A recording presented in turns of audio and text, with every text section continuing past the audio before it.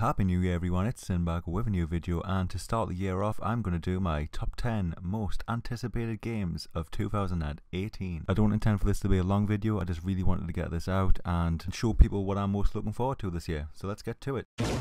Number 10. So the first game on the list is Detroit Become Human, which is brought to us by the guys at Quantic Dream, who brought us previous games such as Beyond Two Souls, Heavy Rain and Fahrenheit. Following the path of what these guys have done in the past, it is going to be a decision based game where there's going to be multiple, I don't actually know how many they've mentioned so far, but there's going to be a lot of choices, a lot of consequences and a lot of different ways to play the game. So there isn't a huge amount of information in relation to the plot. We do know that you play as a character called Kara, who is an android, and basically herself and a group of other androids have become sentient, and it's all about moral choices. Do you want to rise up and basically kill the humans? Do you want to strike peace between the two, or do you want to side with the humans? It's up to you as the player. And if you're into those types of games where it's more about the story and less about running around shooting people in the face, then you might find this interesting as well. So yeah, if you want to know more, I suggest go looking at the trailers and watching the gameplay, because to me it looks really damn interesting, and hopefully to you too.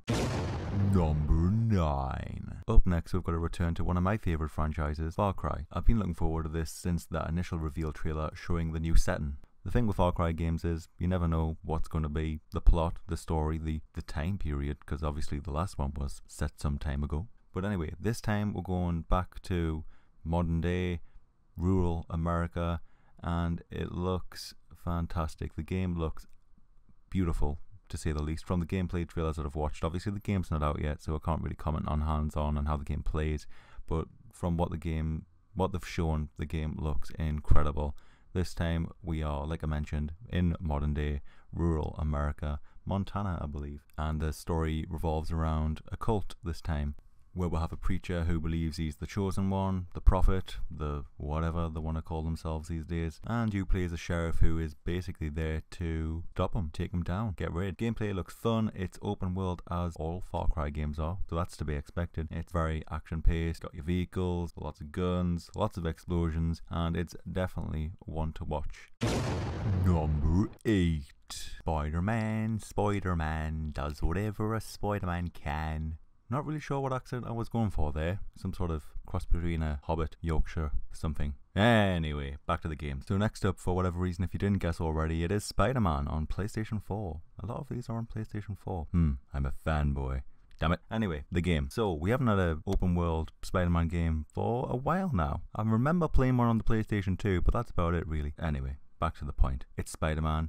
It's open world and it looks pretty damn good. I'm not a huge Spider-Man fan. I'm going to go on record and say that. Never really been into the films. I haven't read any comics, so meh. But yeah, not really that into the character. But this game does look pretty fun.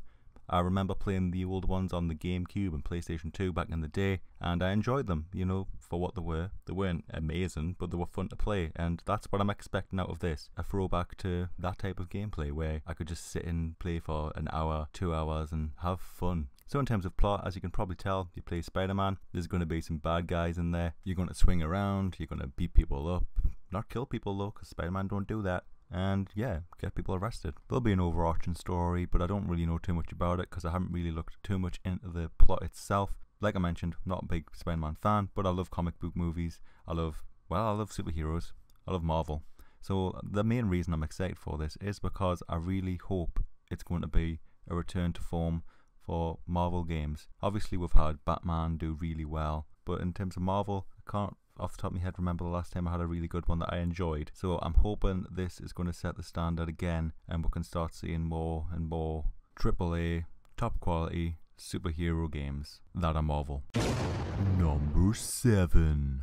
This game looks odd in the best possible way. We Happy Few. Basically this reminds us of BioShock crossed with like magic mushrooms. I don't really know. So basically the premise of the game is that everyone seems to be drugged up on some sort of hallucinogenic that makes everyone see the world as a happy place, and it hides away the fact that it's really a pile of crap. Your character decides not to take this drug, and thus the story unfolds. I don't really know what else I can say about this game without ruining the whole hype I have for it, because my explanation is terrible.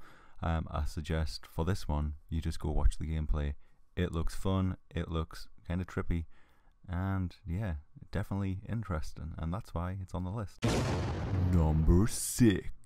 Zombies, zombies, more zombies. This one is Days Gone. So Days Gone is a survival horror action adventure game, because we haven't seen many of those recently. Despite all that, I am very excited for this. I know a lot of people are getting burnt out by the zombie games and, you know, the survival horror theme, but personally I love it. I'm not tired of zombie games. I'm enjoying them. If there's one that doesn't look good, I won't play it, but for the most part I've enjoyed playing them, so why not make more? That being said, from the gameplay that we've seen so far, I feel like this one is definitely emphasizing more of the darker horror theme within the survival horror world. Granted, we've had these types of games before, like I've mentioned, but you know, there's just something different about this one from when I watch it personally anyway. I mean, a lot of people might not feel that way, but I'm super excited for it, and I think it looks like it's going to be one hell of a ride. In terms of the game, it takes place 2 years after a global outbreak or pandemic, whatever you want to call it. It takes place 2 years after those events, and you play as a former bounty hunter, basically trying to survive in this world.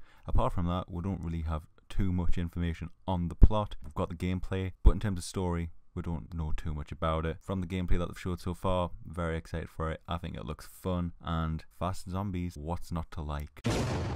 Number 5.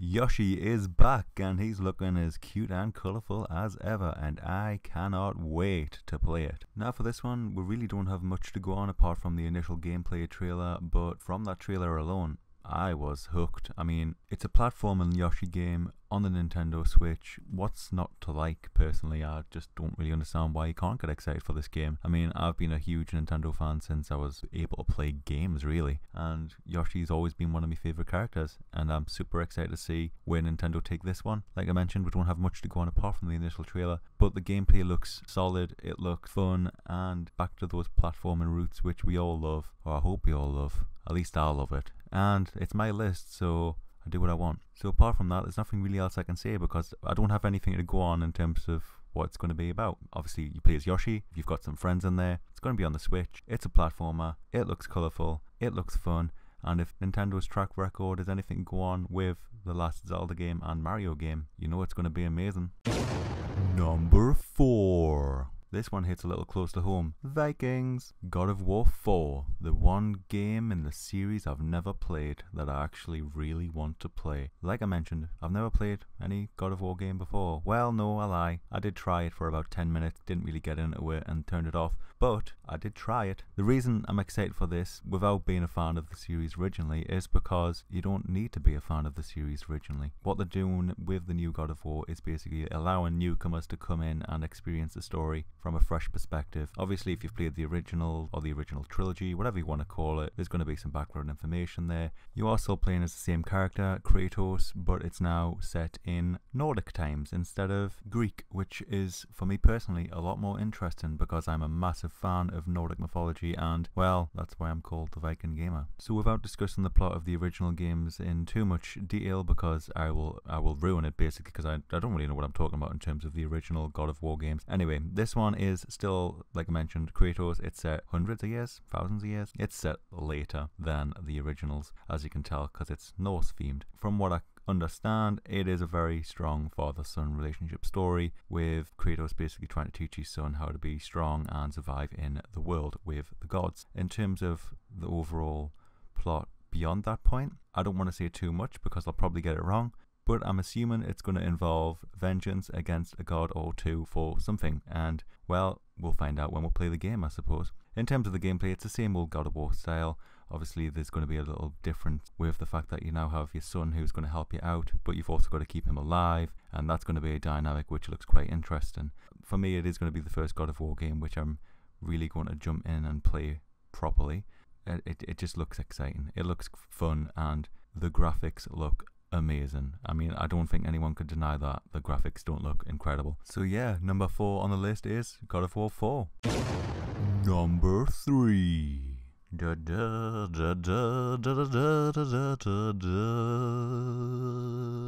If you can't guess by that melodic intro, it is Jurassic World Evolution. So this one has fairly recently been announced, and for anyone that knows anything about me, I am a massive Jurassic Park fan, dinosaur fan, whatever you want to class it as, nerd. Jurassic Park's my favourite movie of all time, without a doubt, and I remember playing Jurassic Park Operation Genesis on the PC all those years ago, and I could never stop playing that game until I lost it and could never play the game again. But anyway, it's back in a new form, Jurassic World Evolution. So this looks basically like it is going to be the sequel to Operation Genesis. Well, not necessarily a sequel, it's going to follow in the footsteps of that game, which, for those that actually played it, was incredible. I mean, for me it was anyway. I don't know if the general consensus was that it was a great game, but, you know, it's basically Roller Coaster Tycoon meets Jurassic Park. That's probably the best way to describe it. But with the added effect that your dinosaurs sometimes go a little bit crazy, break out the pens, you've got to do stuff, get them back in. It's fun. And for those that are interested in these types of games, you know, city building, sims, SimCity, simulators is the word I'm looking for. This is definitely one to watch, especially if you're a Jurassic Park fan or a dinosaur fan, because, like I mentioned, if it is anything like Operation Genesis, it's going to be incredible. Now, we haven't had much in terms of gameplay, but already it looks amazing. The graphics look brilliant, and I know it's only going to be a park simulator, so the depth of gameplay isn't going to be huge, but I know for a fact it's going to be a game where I'm going to sit and sink way too much of my time into and probably not do anything else for a long time when it comes out. And I am ready. I am so ready. Number 2. This is a game I know is going to be on a lot of people's lists this year. It is Red Dead Redemption 2, and it's one that I've been looking forward to since the first game came out, Red Dead Redemption that is, because that game was a masterpiece in my opinion. I'm a huge fan of Grand Theft Auto, like I know a lot of people are, because those games sell like crazy, but to me, Red Dead Redemption was a better game. I loved it, I enjoyed it, and played it a lot more than I did any Grand Theft Auto. Obviously that's going to be a divided opinion, but for me, I prefer games set in different eras or worlds or environments, you know, just a little bit more sci-fi and fantasy and historical. This game, all I can assume is it's going to build on the foundations of the first, which was a pretty strong starting point if I do say so. And obviously we've got Grand Theft Auto 5 that did really well, especially with its online system. So hopefully we do see sort of incorporation from that into the new Red Dead, which would be awesome if it's done pretty much the same way. But anyway, yeah, I'm very excited for this. We don't really know much about the gameplay, the plot. All we can assume is it is going to be building upon what the first game laid out. They're not going to change the style of game because that wouldn't make no sense. Why call it a sequel? So yeah, it is going to be open world obviously, and it's going to be the same sort of setting, but you're going to be playing as a new character called Arthur Morgan, who I don't think was in the original Red Dead Redemption. Might be wrong on that, but if I am wrong, well, you know, every day's a school day. But anyway, it's a new character, no relation to the Marstons, who were the protagonists in the last game. So yeah, very excited for this, can't wait to see more. I am hopeful that it is definitely going to come out this year because we haven't seen too much about it yet, but you know what, if not, still something to keep on the list for next year. Number 1. Now I don't know if I'm being too ambitious by putting this game on the list, but it is a sequel to my favourite game ever made of all time, simply the best. It is Shenmue 3. Now the reason I say I don't want to be too ambitious is not to say that I don't think it's going to be a good game, it is more to do with the fact that part of us doesn't think that it's going to come out this year. The reason for that is, well, the development seems to be a bit slow. Not that we really know what's going on behind the doors, because we don't, we only get the information as they present it, but we haven't seen too much about the game yet, which makes me worry a little bit. So for those not familiar with Shenmue, it basically follows a character called Ryo Hazuki, who is on a quest, if you will, to avenge his father's murder in the first game. Now that quest takes him from his hometown to Hong Kong and now into the countryside, which were left off at the end of Shenmue 2.